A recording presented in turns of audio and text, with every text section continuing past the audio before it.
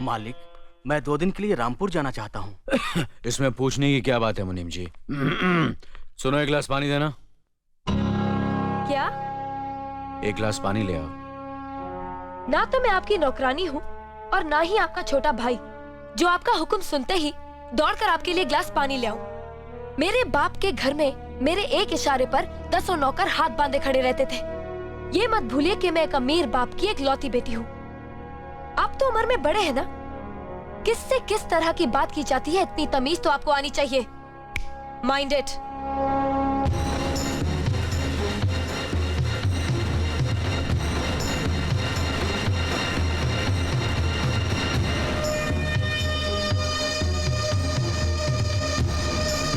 मालिक, छोटी बहू की बात का बुरा मत मानना, नादान है, बच्ची है। गलती हमारी है मुनीम जी। हमने ऐसी लड़की को काम करने को कहा जिसे काम करने की आदत ही नहीं है। बड़े भैया, पानी। नकुल, वो ट्रैक्टर रिपेयर करवा लिया ना? जी करवा दिया।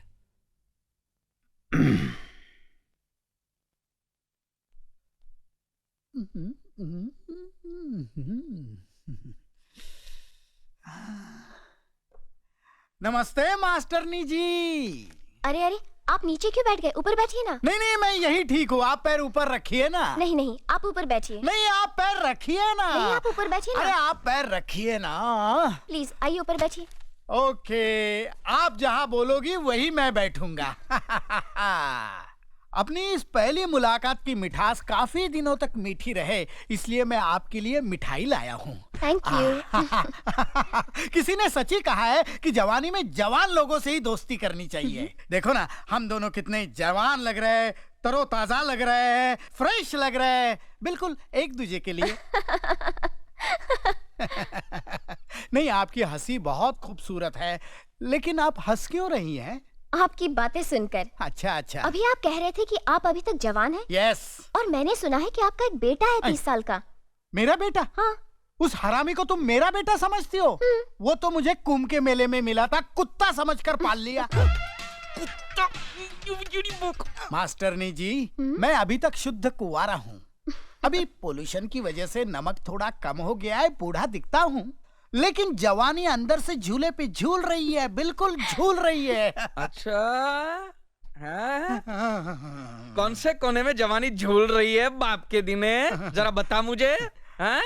इसको फंसाने के लिए मैं तुझे कुंभ के मेले में मिला और मुझे कुत्ता समझ के पाला, कुत्ते के बाप। अरे अरे, अपने बाप से इस तरह बात कर रहे हो? अबे, तू जानती नहीं है इस कमीने को।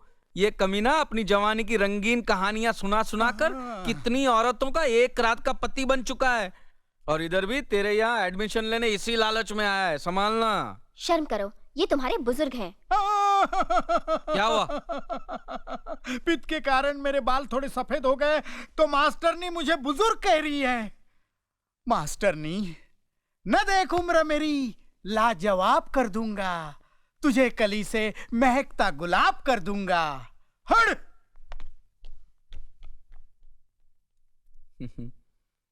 तुम तो दरिया हो, समंदर हो। तुम्हारे अंदर पहले से ही INS अर्जुन नाम का जहाज डूब चुका है। फिर ये मेरे बाप जैसी छोटी मोटी कश्तियां डुबोने से क्या मिलेगा? छोड़ दो बेचारे को, माफ करो, आगे बढ़ो, जाओ। हाँ, अजीब बाप बेटे हैं।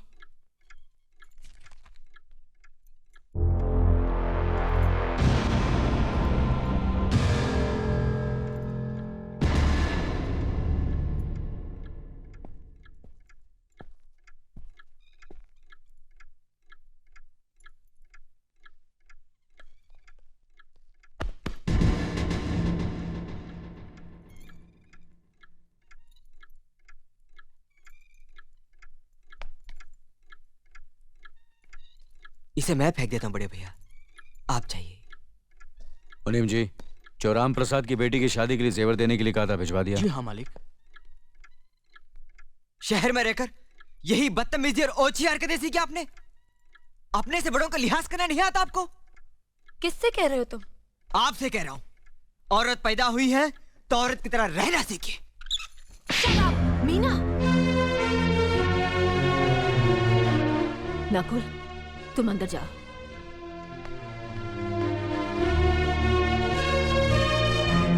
पागल हो गई हो तुम? औरत होकर एक मर्द पर हाथ उठाती हो? इतनी ऊंची घराने की बहू होकर ऐसी नीच हरकत, शर्म नहीं आई तुम्हें? कौन सा ऊंचा घराना? ये जहाँ सिर्फ एक आदमी राजा है और बाकी सब उसके गुलाम। मीना, चिल्लाइए मत। आप मेरी सास नहीं है। जिस तरह आप इस घर की बहू हैं, वैसे मैं भी हूँ। बहू हो तो बहू की मर्यादा में रहो। मर्यादा की रस्सी में तो आप जैसी जाहिल और गवार औरतें बनती हैं। मुझ जैसी पढ़ी लिखी मॉडर्न जमाने की लड़की नहीं। Uneducated idiots. Excuse me. I am not an illiterate. I am a graduate from the University of Allahabad. I am aware of the modernization of women, but I have not forgotten my culture, my customs, my traditions and my values. And most of all, I'll never ever forget that I am an Indian woman. Modern जमाने की औरत भी औरत ही होती है। उसे भी मर्द ही ब्याह कर ले जाता है, मर्द को ब्याह कर वो नहीं ले जाती। जमाने ख्याल और लिबास बदल देते हैं, औरत की शरीर की बनावट नहीं। लोग तुम्हारे ख्याल की लड़कियों को लज्जत का सामान भले ही समझते हो, इज्जत के काबिल कोई नहीं समझता। इज्जत आज भी उन्हीं औरतों की होती है जिनकी आंखों में हया हो, लाज हो, शर्म हो। हम नहीं कहते कि तुम बंदिशों में रहो, लेकिन अपने दायरे की सीमा को मत भूलो। लड़की जब अपने माँ बाप के घर होती है, तब उसके कांधों पर अपने ही घर की इज्जत का बोझ होता है। लेकिन जब वो बहू बनकर ससुराल जाती है, तब उसके कांधों पर एक नहीं 2 परिवारों की इज्जत का बोझ होता है। आज जिस तरह तुमने नकुल को तमाचा मारा है, अगर उसी तरह उसका भी हाथ उठ जाता तो तुम्हारी क्या इज्जत रह जाती? कभी सोचा तुमने? क्या बात है मीना?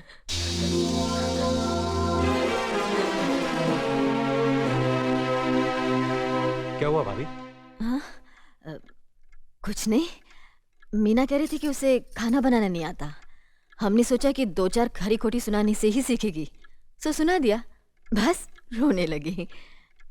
क्यों अर्जुन, हमें तुम्हारी बीवी को डांटने का भी हक नहीं? क्यों नहीं, आप हमारी भाभी माँ हैं। आप मार सकती हैं, डांट सकती हैं, कुछ भी कर सकती हैं।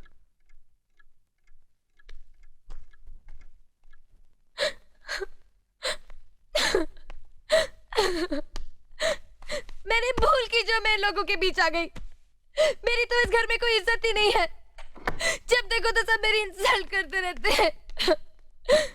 मैं कब से रो रही हूँ, तुम पूछ भी नहीं रहे हो कि मैं क्यों रो रही हूँ। बेकार रो रही है तो कौन पूछेगा?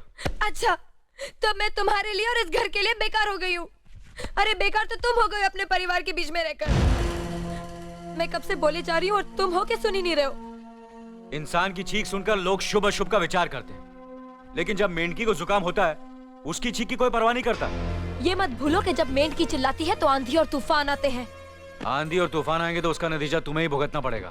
तो फिर ठीक है, अब मैं तुम्हारे साथ तब भी रहूंगी जब तुम मेरे साथ मेरे डैडी के घर रहोगे।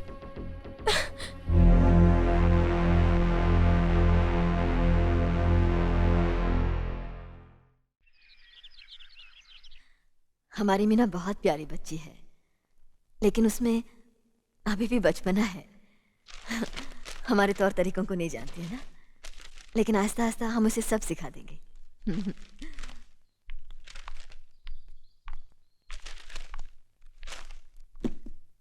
बड़े भैया, ये अपने घर जाना चाहती है। जाना भी चाहिए।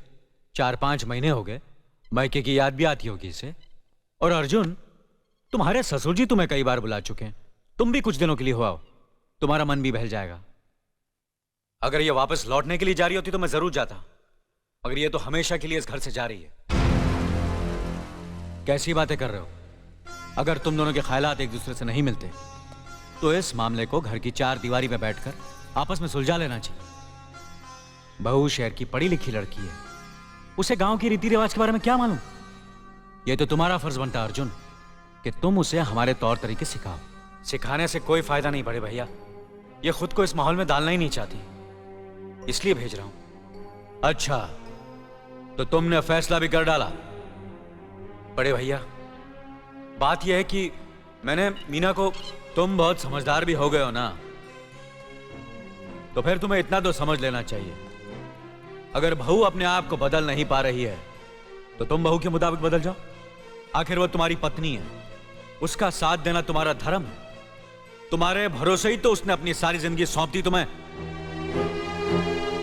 अर्जुन, मेरे दर्द पर तुम तड़प उठोगे, तुम्हें तकलीफ होगी तो मैं रो दूंगा, क्योंकि हम दोनों एक ही मां की संतान हैं। खून का रिश्ता है हमारा, मगर पत्नी का नाता उससे कहीं ज्यादा गहरा होता है, क्योंकि वो पराये घर से आकर अपनों से कहीं ज्यादा अपनी हो जाती है, परछाई बन जाती है हमारी। पति शरीर है तो पत्नी उसकी आत्मा है। पत्नी ही पति के जीवन को सही अर्थ देती है, उसे कामयाब बनाती है। पत्नी के बगैर पति बेजान और बेमाने हो जाते हैं। अगर आज तुम अपनी पत्नी को हमेशा के लिए उसके मायके छोड़ाओगे तो यह गांव, यह समाज क्या कहेगा हमारे बारे में? जरा सोचो अर्जुन, न्याय के सिंहासन पर बैठकर जो लोगों के अच्छे बुरे का फैसला करता है, अगर उसी के घर में नाइंसाफी होगी तो लोग हंसेंगे हम पर, किसी को मुंह दिखाने के काबिल नहीं रहेंगे हम। बड़े भैया, मुझसे भूल हो गई, मुझे माफ कर दीजिए। मुनीम जी, जी मालिक। जायदाद के दस्तावेज लाइए। जी अभी लाया। बहू, पति ही पत्नी की असली शक्ति होती है। हमारे पुरखों ने कुल धर्म पत्नी के बारे में कहा है, जो पति के काम में उसकी मददगार हो, उसे अच्छी सलाह दे, जो दासी की तरह उसकी सेवा करे, मां की तरह उसे खिलाए पिलाए, लक्ष्मी का रूप हो और धरती की तरह उसमें सहन शक्ति हो, वही आदर्श पत्नी होती है। औरत की सोच मर्द का मुकद्दर बनाती है। वो जब बनाने पर आती है तो कुटिया को महल कर देती है, और जब बिगाड़ने पर उतरती है तो महल को मिट्टी का ढेर बना देती है। मालिक, ये जायदाद के दस्तावेज हैं। हमारी जमीन जायदाद कहां कहां है और कितनी है, उसका हिसाब किताब ना बाबूजी को मालूम था, ना हम तीनों भाइयों को मालूम है। बहू, तुम पढ़ी लिखी हो, आज से इसका हिसाब किताब तुम देखोगी। लक्ष्मी जी। अपनी चाबियों का गुच्छा और ये कागजात बहू को दे दो।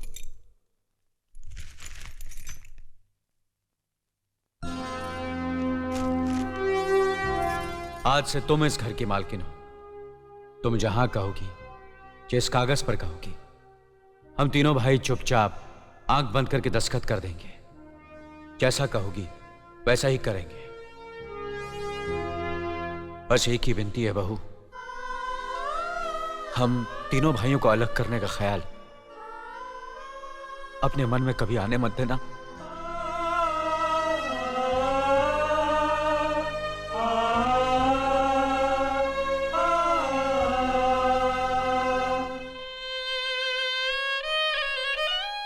बहुत अच्छा किया तुमने बहू, बहुत अच्छा किया। इनकी आंखों में आंसू देखने की हमने सपने में भी उम्मीद नहीं की थी, लेकिन तुमने हमें दिखा दिया। बहुत अच्छा किया तुमने, बहुत अच्छा किया।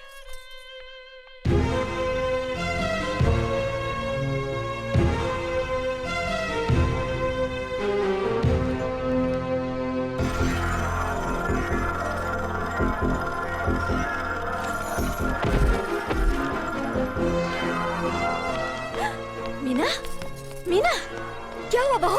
मीना, मनी जी जल्दी से डॉक्टर को बुलाइए।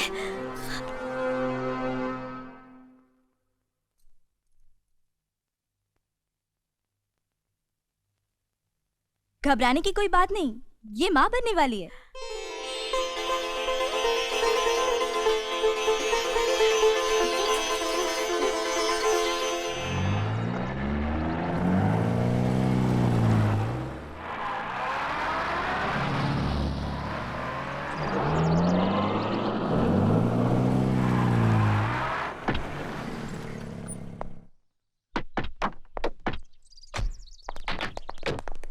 आप लोग यहीं ठहरिए, मैं ठाकुर साहब से मिलकर आता हूँ।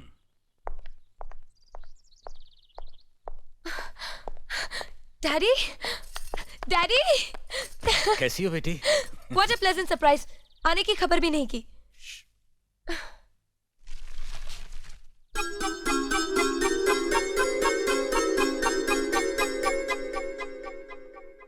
ठाकुर साहब, पाए लागू। समधी जी, आप अचानक यहाँ कैसे? तशरीफ रखिए, बैठिए ना। आपके बराबर बैठने की मैंने कभी गुस्ताखी नहीं की, तो आज कैसे करूंगा? बहुत दिनों बाद हम लोग मिल रहे हैं। कहिए, आपका कारोबार कैसे चल रहा है? आपकी कृपा और आशीर्वाद से ठीक ही चल रहा है। दिल्ली में इंडस्ट्रीज मिनिस्टर के साथ कब की अपॉइंटमेंट ली है? कल सुबह 11 बजे सर। इनकम टैक्स केस का? वकील ने कहा है कि 15 तारीख की हियरिंग में मामला क्लियर हो जाएगा। आज एक्सपोर्ट का माल जापान के लिए जहाज से रवाना हो जाएगा ना? जी हाँ सर। नमस्ते ठाकुर साहब। नमस्ते नमस्ते नमस्ते। अरे दीनानाथ जी, आप लोगों ने यहाँ आने की तकलीफ क्यों की? मैं आपकी संस्था के लिए गवर्नर साहब से बात कर चुका हूँ, आपका काम हो जाएगा। धन्यवाद। बहुत बहुत अरे गोपीनाथ जी, होम मिनिस्टर ने वादा किया कि आपके भाई का ट्रांसफर जल्दी ही हो जाएगा। Thank you sir. Daddy, good morning daddy. Good morning my child. आप कहीं जा रहे हैं क्या? हाँ बेटी, एक जरूरी काम से दिल्ली जा रहा हूँ, अपना ख्याल रखना। हाँ ओके। Okay, bye. पास में ही फैक्ट्री के लिए जमीन देखने आया था, सोचा आपके दर्शन करता चलूं। अब इजाजत दीजिए। इतनी जल्दी कैसे जा सकते हैं आप? भोजन तो करते चाहिए। माफ कीजिए, आप तो जानते ही हैं, बाप बेटी के घर का खाना तो क्या, पानी भी नहीं पी सकता। शहर में रहकर भी अभी भी आप इन बातों को मानते हैं? शहर में रहूं या गांव में, मैं अपनी परंपरा और संस्कार कैसे भूल सकता हूं? आखिर मैंने इसी मिट्टी में जन्म लिया है। अच्छा, चलता हूं। अजी, कम से कम बेटी से मिलकर उसकी कुशलता तो पूछ लीजिए। ये क्या कह रहे हैं आप? मैं इतना ऊंचा नहीं हूं कि अपनी बेटी की कुशलता पूछकर आपका अपमान करूं। ठाकुर साहब, ये तो मेरी बेटी का सौभाग्य है कि वो इस मंदिर जैसे पवित्र घर में बहू बनकर आई, और फिर आपकी छत्र छाया में तो वो कुशल हो गई। राम राम। राम राम। बेटे, जिस तरह तुम मैके में चहकाती रही हो ना, वैसे ही अपनी ससुराल को भी महकाती रहना। जी।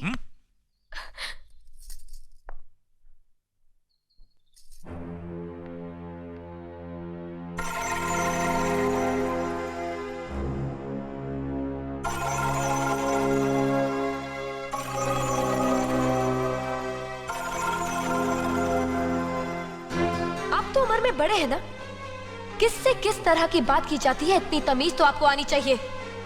Mind it, mind it, mind it. बड़े भाई, मुझे माफ कर दीजिए। क्या हुआ? मुझे माफ कर दीजिए। ये क्या कर रही हो? अपने पापों का प्रायश्चित कर रही हूँ। मैंने आप जैसे देवता का अपमान किया है, आपका दिल दुखा है। मुझे माफ कर दीजिए बड़े भैया, मुझे माफ कर दीजिए, मुझे माफ कर दीजिए। लक्ष्मी, मुझे माफ कर दीजिए बड़े भैया, बड़े भैया मुझे माफ कर दीजिए। मुझ पर तरस खाकर मुझे माफ कर दीजिए बड़े चलो भैया। उठो, तुम ऐसे नहीं बैठना मुझे चाहिए, माफ इससे कर बच्चे पर असर दीजिए। पड़ेगा बेटे। मैं आपकी भी दोषी हूँ दीदी। आपने जेठानी की जगह माँ बनकर मेरी गलतियों को बर्दाश्त किया, और मैं अब भागन आपकी बेटी न बन सकी। मुझे माफ कर दीजिए दीदी, मुझे माफ कर दीजिए। अब चुप भी हो जाओ। तो हमने कब तुम्हारी बात का बुरा माना? हाँ, अगली रोते नहीं, रोते नहीं।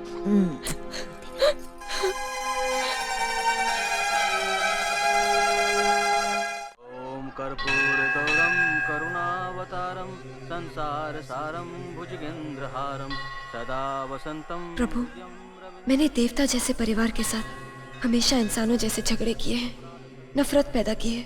मुझे सुनती दो, ताकि मैं सबके दिलों में अपने लिए प्यार पैदा कर सकूं, अपने घर की मान मर्यादा और खुशहाली को सदा के लिए एक अटूट धागे में बांध दूं। आरती लीजिए।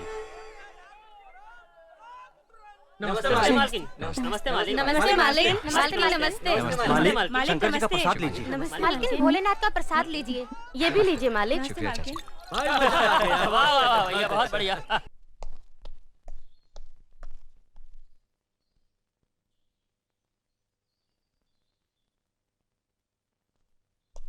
सुनिए, हम जानते हैं आप कभी कोई गलत फैसला नहीं सुनाएंगे, लेकिन हमारा अर्जुन भी गलत नहीं है। हमने पाला है उसे, हमारा बेटा है वो कभी गलत नहीं करेगा। वो मेरा भाई भी तो है। हम आपसे कुछ मांग नहीं रहे हैं। हमारे बेटे को हम जानते हैं कि आप गलत फैसला नहीं सुनाएंगे, लेकिन वो भी तो गलत नहीं है। हम आपसे कुछ मांग नहीं रहे हैं, हम आपसे कुछ मांग रहे हैं।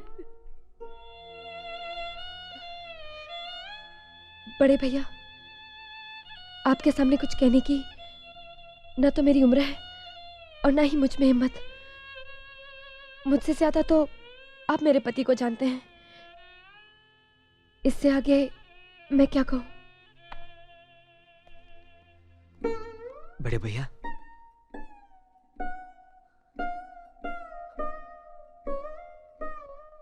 कुछ नहीं, कुछ नहीं।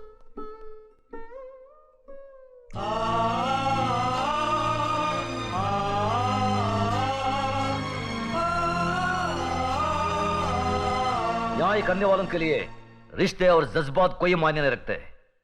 बेटे, जान चली जाए पर आन ना जाने पाए।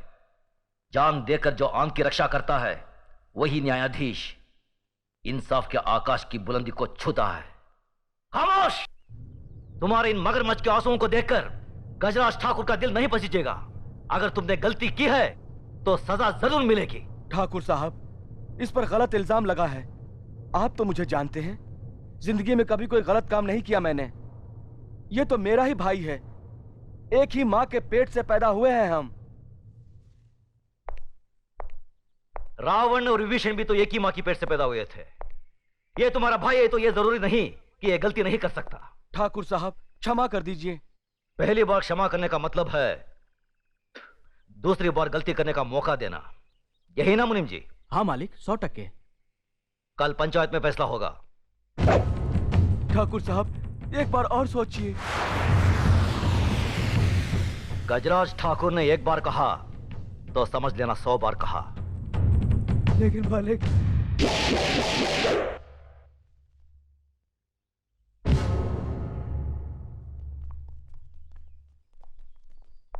धर्मराज जी बाबूजी। आज तुम्हारे लिए बहू देखने जाना है। मनोरमा बहन और जीजा जी को आने के लिए बोल दिया ना? हाँ बाबूजी, वो सीधा वही पहुंचेंगे। ठीक है, चलो। हम भी साथ चलेंगे। अच्छा बेटा, हम सब चलेंगे।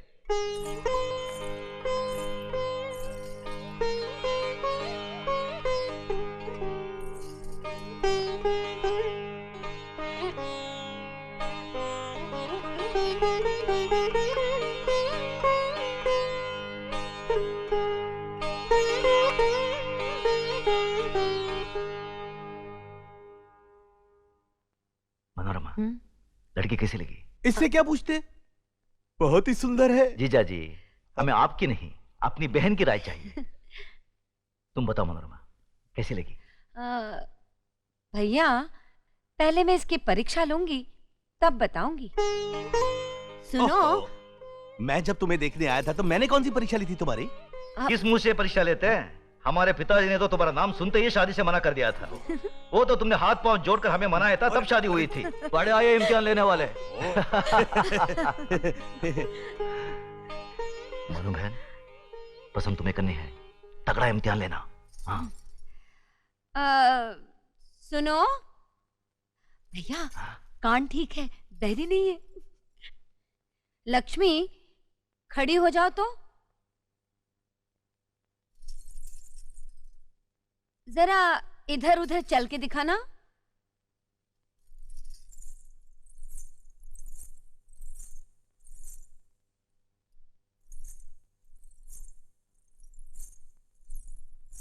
बस बस बस, अब बैठ जाओ। भैया, हाथ पांव भी ठीक है, लंगड़ी लुली नहीं है। धर्मराज जी बाबूजी। तुम्हें कैसी लगी? बाबूजी, आप और बुआ जी जो पसंद करेंगे वही ठीक होगा। शाबाश। अब बताइए जीजा जी, आपकी क्या टिप्पणी है?